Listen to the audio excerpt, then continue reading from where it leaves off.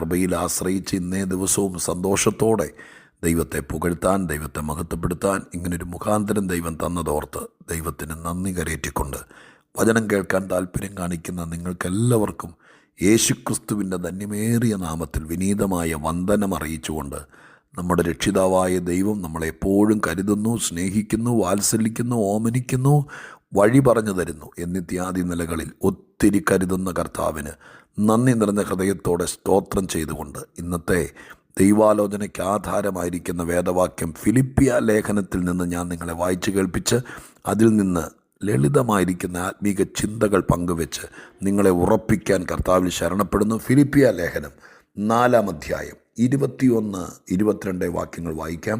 ഫിലിപ്പിയ ലേഖനം 4-ാം അധ്യായം 21-22 വാക്യങ്ങൾ ഞാൻ നിങ്ങളെ വായിച്ചു കേൾപ്പിക്കാം.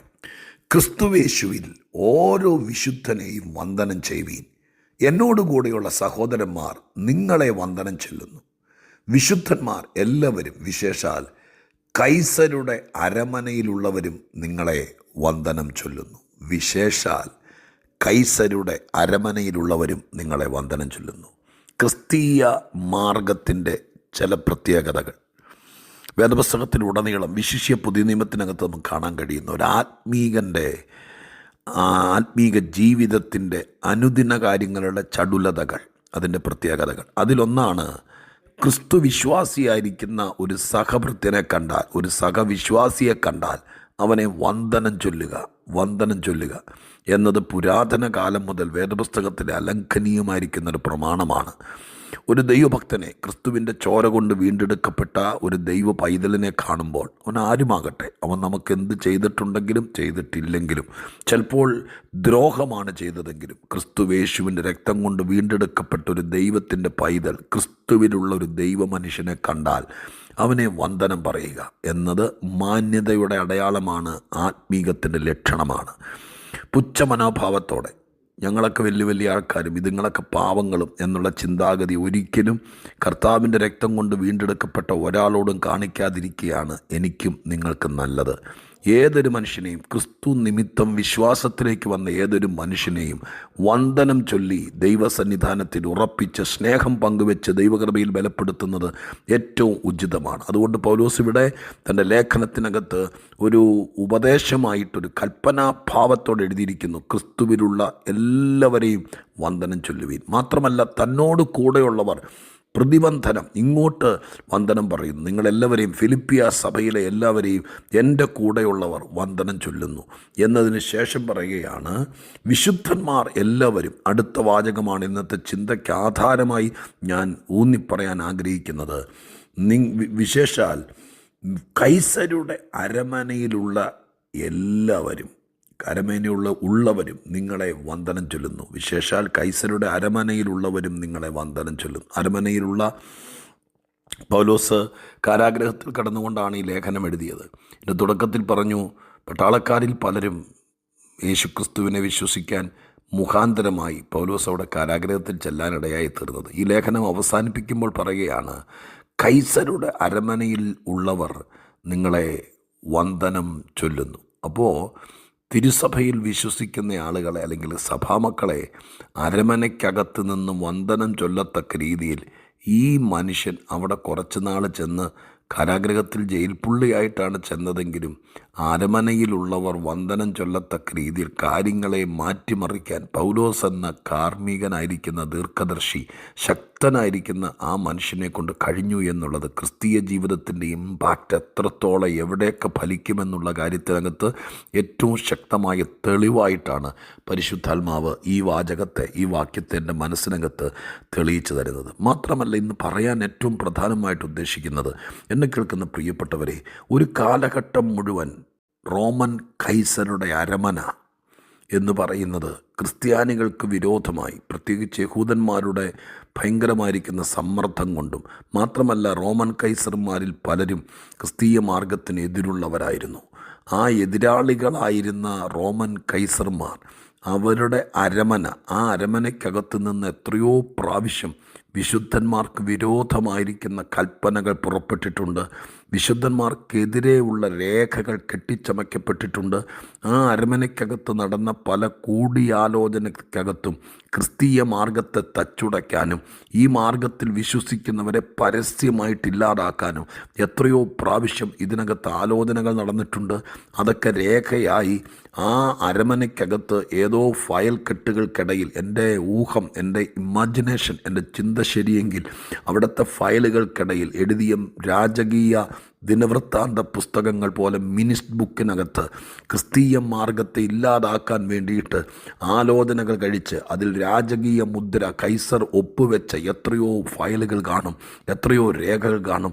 ഒരു കാലഘട്ടത്തിൽ മുഴുവൻ ഇല്ലാതാക്കാൻ വേണ്ടിയിട്ട്, മുടിച്ചു കളയാൻ വേണ്ടിയിട്ട് രേഖകൾ ചമച്ച അതേ ആസ്ഥാന മന്ദിരത്തിനകത്ത് നിന്ന് ഈ മാർഗക്കാരെ വന്ദനം ചൊല്ലുന്ന നിലവാരത്തിലേക്ക് അരമനയ്ക്കകത്ത് വ്യാപരിച്ച ദൈവത്തിൻ്റെ കൃപയെ, ദൈവിക ആത്മവ്യാപാരത്തെ പൗലോസ് എന്ന ഒറ്റ മനുഷ്യൻ നിമിത്തം അരമനയ്ക്കകത്ത് നിന്ന് ചുമന്ന മഷി കൊണ്ട് ഒപ്പിട്ടില്ലാതാക്കാൻ വേണ്ടി ഡേറ്റ് കുറിച്ച പല ഗൂഢമായ രേഖകൾക്കപ്പുറം വിശുദ്ധന്മാരെ വന്ദനം ചൊല്ലുന്ന നിലവാരത്തിൽ അരമനയ്ക്കകത്തു നിന്ന് പുറപ്പെടുന്ന വന്ദന സ്വരങ്ങളെ എത്ര സ്നേഹത്തോടെയാണ് കാതുകളിൽ ഏറ്റെടുക്കാൻ കഴിയുന്നത്. ഞാനിത് പറയുമ്പോൾ ഒത്തിരി ആശ്ചര്യ മനസ്സോടുകൂടെ ക്രിസ്ത്യാനിത്വത്തിൻ്റെ അസാധാരണമായിരിക്കുന്ന സ്വാധീനം, ക്രിസ്തു മാർഗത്തിൻ്റെ ശക്തമായ ഇൻഫ്ലുവൻസ് അത് ഒരരമനയ്ക്കകത്ത് ഫലിച്ചെങ്കിൽ എന്നെ കേൾക്കുന്ന പ്രിയപ്പെട്ടവരെ, നിങ്ങളുടെ വീടിനകത്ത് ഫലിക്കാതിരിക്കുമോ? എനിക്ക് അത്രയും പറയാനുള്ളൂ. ഇന്ന് ഞാനൊന്നുകൂടെ പറയാം. അധികാരമുള്ള, അംഗരക്ഷകരുള്ള, നിയമജ്ഞരുള്ള, നിയമം നടപ്പാക്കാൻ, നടപടികളിൽ കൊണ്ടുവരാൻ കരുത്തുള്ള, ആ കാലഘട്ടത്തിലെ പ്രതാപപൂരിതമായിരിക്കുന്ന ലോക സാമ്രാജ്യത്തിൻ്റെ തലസ്ഥാനമായിരിക്കുന്ന റോമൻ കൈസറുടെ അരമനയ്ക്കകത്ത് കെട്ടിച്ചമച്ച സകല ക്രിസ്ത്യാനിത്വത്തിന് വിരുദ്ധമായിരിക്കുന്ന കള്ളക്കഥകൾ മെനഞ്ഞുണ്ടാക്കിയ ആ സ്ഥാപനത്തിനകത്ത് നിന്ന് കാലങ്ങൾക്കിപ്പുറം ക്രിസ്തുവിൻ്റെ മക്കളെ വന്ദനം ചൊല്ലത്തക്ക രീതിയിൽ ദൈവം കാര്യങ്ങളെ മാറ്റിമറച്ചെങ്കിൽ, നിനക്ക് വിരോധമായി ആലോചനകൾ നടത്തി, നിനക്കെതിരെ രേഖകൾ തയ്യാറാക്കി, നിനക്കെതിരെ പലരൊന്നിച്ചുകൂടി കച്ചകെട്ടി ഒരുക്കിയ പല കഴുമരങ്ങളും അതിൻ്റെ പിന്നാമ്പുറത്തെ ഗൂഢതന്ത്രജ്ഞന്മാരും അവർ കൂടിയാലോചിച്ച ആ ഭയാനകമായിരിക്കുന്ന ഇരുണ്ട കോട്ടയ്ക്കകം, ചിലപ്പോൾ നിൻ്റെ വീടായിരിക്കാം, ചിലപ്പോൾ വിരോധമായിട്ടുണ്ടാക്കിയ നിൻ്റെ സ്ഥാപനങ്ങളിലൊന്നായിരിക്കാം, അതിനകത്ത് നിന്ന് നിന്നെ മാനിക്കുന്ന വന്ദനസ്വരം, നിന്നെ ഉയർത്തുന്ന വന്ദനസ്വരം, നിന്നെ ബഹുമാനിക്കുന്ന വന്ദനസ്വരം, നിന്നെ സ്വീകരിക്കുന്ന വന്ദനസ്വരം, നിന്നെ സ്നേഹിക്കുന്ന വന്ദനസ്വരം, ഹല്ലേലൂയ, അത് അതിനകത്തു നിന്ന് പുറപ്പെടു വയ്ക്കാൻ നാം സേവിക്കുന്ന ദൈവത്തിന് കഴിവുണ്ടെന്ന് ഈ വാക്യം വെച്ചൊന്ന് വിശ്വസിക്കാൻ പറ്റുമോ ഈ നല്ല ദിവസം? പ്രിയരെ, അരമന അവിടെ നിലനിൽക്കട്ടെ. ആ അരമനയ്ക്കകത്ത് നിന്ന് നിന്നെ മാനിക്കുന്ന വന്ദനം വരും. യേശുവിൻ്റെ നാമത്തിൽ നിൻ്റെ ഭർതൃഗ്രഹത്തിൽ നിന്ന്, നിൻ്റെ അപ്പൻ്റെ വീട്ടിൽ നിന്ന്, നീ താമസിച്ച സ്ഥലത്ത് നിന്ന്, നിന്നെ ഒതുക്കിയ സ്ഥാപനത്തിൽ നിന്ന്, നീ തലകുനിച്ച ആത്മീക കൂട്ടത്തിനകത്ത് നിന്ന്, ചെയ്യാത്ത കുറ്റത്തിന് നിനക്കെതിരെ വിധി തയ്യാറാക്കിയ ആ അരമന ഏതാണോ? പൗലോസ് ഇവിടെ എഴുതിയിരിക്കുന്നത് റോമൻ കൈസറുടെ അരമനയാണ്. എന്നാൽ നിന്നെ സംബന്ധിച്ച് ഈ അരമനയുടെ സ്ഥാനത്ത് നിൻ്റെ വീടാണോ, നിൻ്റെ തറവാടാണോ, നിൻ്റെ അപ്പൻ്റെ വീടാണോ, അമ്മയുടെ വീടാണോ, ഭർതൃഗ്രഹമാണോ, നീ ജോലി ചെയ്ത സ്ഥാപനമാണോ, നീ പണിതെടുത്ത നിൻ്റേതെന്ന് പറയത്തക്ക രീതിയിൽ അവകാശമുണ്ടായിരുന്ന, നിൻ്റെ കണ്ണീരും വേർപ്പും വീണ നിൻ്റെ പ്രാർത്ഥനാ കൂട്ടമാണോ, നിൻ്റെ സഭയുടെ ആസ്ഥാന മന്ദിരമാണോ, നീ സ്നേഹിച്ചവർ എല്ലാവരും കൂടി നിനക്കെതിരെ ആലോചന കഴിച്ച് വിധിപ്പകർപ്പുകൾ ഉണ്ടാക്കിയ ആ കൗൺസിലാണോ? എനിക്കറിയില്ല. ഒരു കാലത്ത് വിരോധമായ രേഖകൾ ചമച്ച സ്ഥാനത്ത് നിന്ന് ഇതാ വരുന്നു വന്ദനസ്വരം. സ്വീകരിക്കാൻ പറ്റുമോ? മനസ്സ് ശാന്തമാക്ക്, കാതുകളെ തയ്യാറാക്ക്. എൻ്റെ ചെവിയിൽ, പണ്ട് മലയാളികൾ പറയും ചെവിയിൽ നുള്ളിക്കോന്ന്, എനിക്കറിയില്ല എൻ്റെ വ്യാഖ്യാനം. അമ്മമാരൊക്കെ പറഞ്ഞു കേട്ടിട്ടുണ്ട്, നീ ചെവിയിൽ നുള്ളിക്കോ. ചെവിയിൽ നുള്ളുവൊന്നും വേണ്ട. പറ്റുമെങ്കിൽ ഈ ചെവിയിൽ പിടിച്ചോണ്ട് പറ, നിൻ്റെ ചെവി കേൾക്കാൻ പോവുക. ചെവിയോട് പറ, നീ കേൾക്കാൻ പോവുക. നമ്മളെ അപമാനിച്ചിടത്ത് നിന്ന്, നമ്മെ പരിഹസിച്ചിടത്ത് നിന്ന് ആ കാതിനോട് പറ, എന്നെക്കുറിച്ച് നീ കേട്ടത് ദൈവം തിരുത്താൻ പോവുക. നിനക്ക് വിരോധമായി വിധി വന്നിരിക്കുന്നു എന്ന് പറഞ്ഞ അതേ, ഞാനത് അനുഭവിച്ചിട്ടുണ്ട് കേട്ടോ, ഞാനത് ഓർക്കുക. അതിനി പറയാൻ ഇവിടെ നേരമില്ല. കർത്താവിൻ്റെ വിശ്വസ്തത ഓർത്തു പോകുന്നു ഞാൻ. ഒരു കാലത്ത് നിനക്കെതിരെ എഴുതി പുറപ്പെടി വെച്ച ആസ്ഥാന മന്ദിരത്തിൽ നിന്ന് അഭിമാനത്തിൻ്റെ കോൾ ലെറ്റർ, നിന്നെ സ്വീകരിച്ചതിൻ്റെ, നിന്നെ മാനിച്ചതിൻ്റെ, നിനക്ക് വന്ദനം ചൊല്ലുന്നതിൻ്റെ അനുഗ്രഹവാക്കുകൾ നിൻ്റെ കാതിൽ കേൾക്കട്ടെ. നമുക്കതിനായി ദൈവത്തോട് ആത്മാർത്ഥമായി പ്രാർത്ഥിക്കാം. ഈ ആണ്ടിൽ അത് സംഭവിക്കട്ടെ. ഏത്? നിനക്കെതിരെ എഴുതി ചമച്ച് വിധി പുറപ്പെടി വെച്ച അരമന സമുച്ചയത്തിനകത്ത് നിന്ന് വന്ദനസ്വരം നമുക്ക് വേണ്ടി ദൈവം പുറപ്പെടി വയ്ക്കും. അവിടെ ആരെങ്കിലുമൊക്കെ നിനക്ക് വേണ്ടി, നിന്നെ മാനിക്കാൻ വേണ്ടി ദൈവം എഴുന്നേൽപ്പിക്കും. ഓർത്തോ, ചെവിയോട് പറ, കാതോർക്ക്, വന്ദനം വരാൻ പോവാ. ദൈവം അത് ചെയ്യും. പ്രാർത്ഥിക്കട്ടെ. പരിശുദ്ധ ദൈവമേ, ഞങ്ങളുടെ സ്വർഗീയ പിതാവേ, കൈസരുടെ അരമനയിൽ നിന്നൊരു വന്ദനം. എത്ര ശ്രേഷ്ഠപ്പ! ഈ അരമന ക്രിസ്ത്യാനിത്വത്തിന് മുടിക്കാൻ വേണ്ടി എത്രയോ പ്രാവശ്യം ശക്തന്മാർ ഒന്നിച്ചുകൂടിയ വട്ടമേശ സമ്മേളനങ്ങൾ നടന്ന സ്ഥലമാണ്.